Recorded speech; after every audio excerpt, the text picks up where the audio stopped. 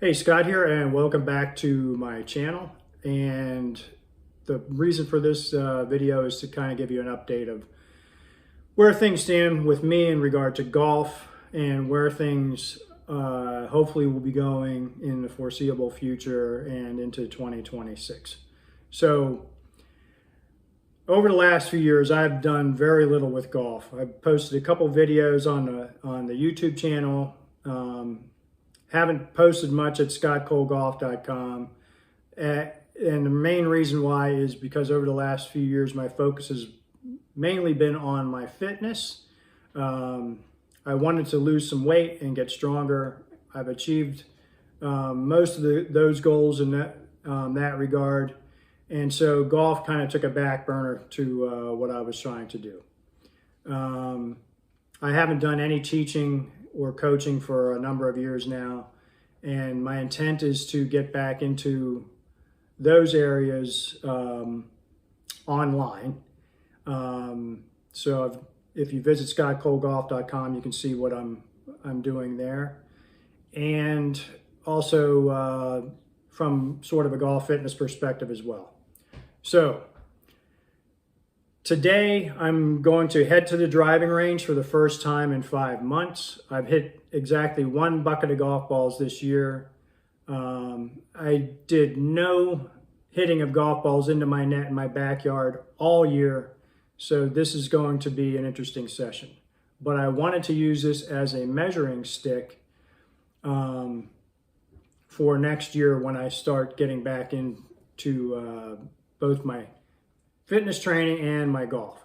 So another issue is this. After today, I'm not going to have a chance to hit another bucket of balls this year, and probably not until the spring.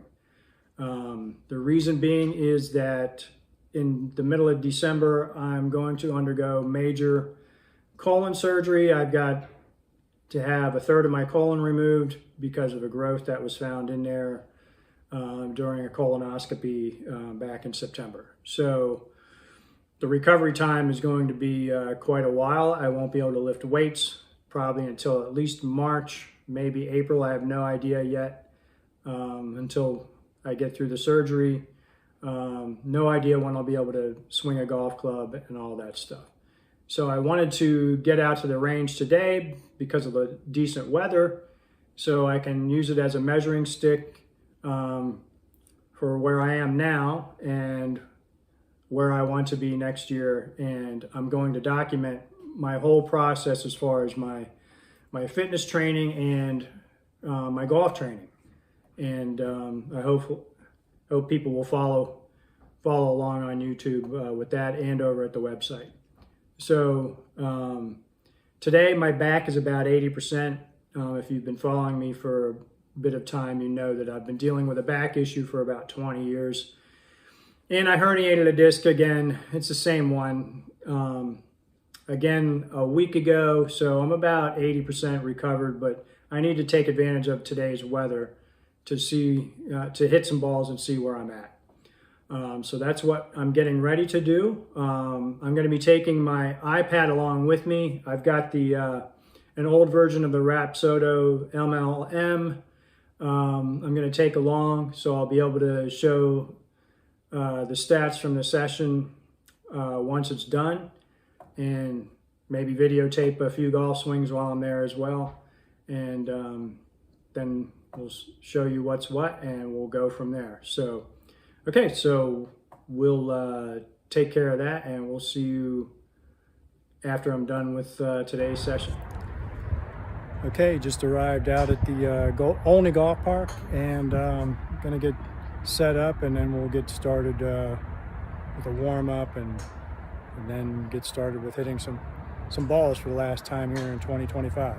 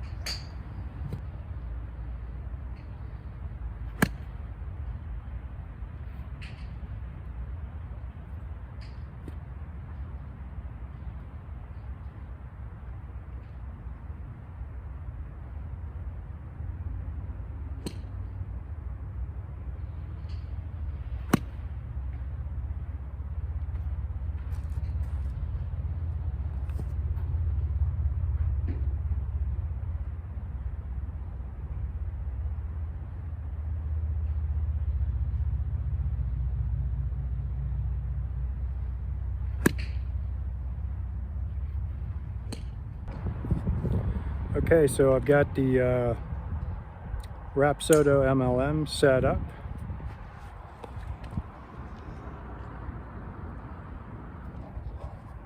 And we're going to start out hitting some 8-irons, and then we'll go from there. So I've got a target that's about 147 from here, and that's where I'm going to go. And I'm basically just aiming at the flag, and I'm not worried about distance right now. So let's get to it. Okay, so in case you're not really familiar with how this all goes, here's what the Rapsodo looks like.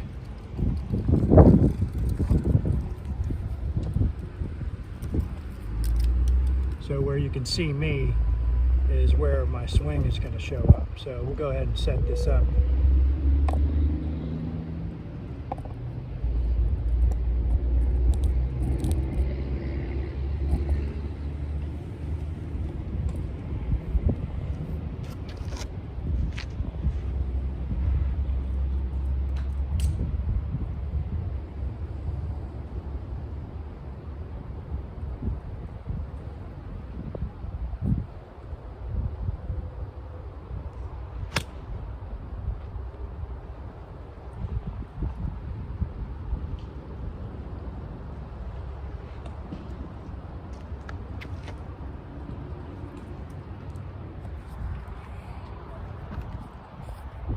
So that last one was pretty pure, and I don't really feel like I'm going at it really hard, but that swing was pretty good. So I'm just going to keep going with the 8-iron for a bit, and then we'll work up to the driver.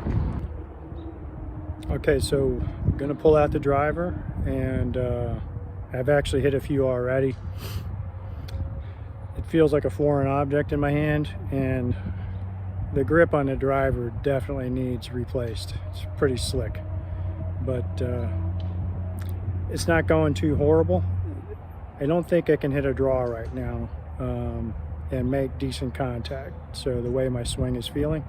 So it looks like we're playing a little bit of a cut today, and we're going to turn the Rapsodo back on and start to record some shots. So let's get to it. I'm going to put the camera back behind here so you can kind of see the swing from the bench.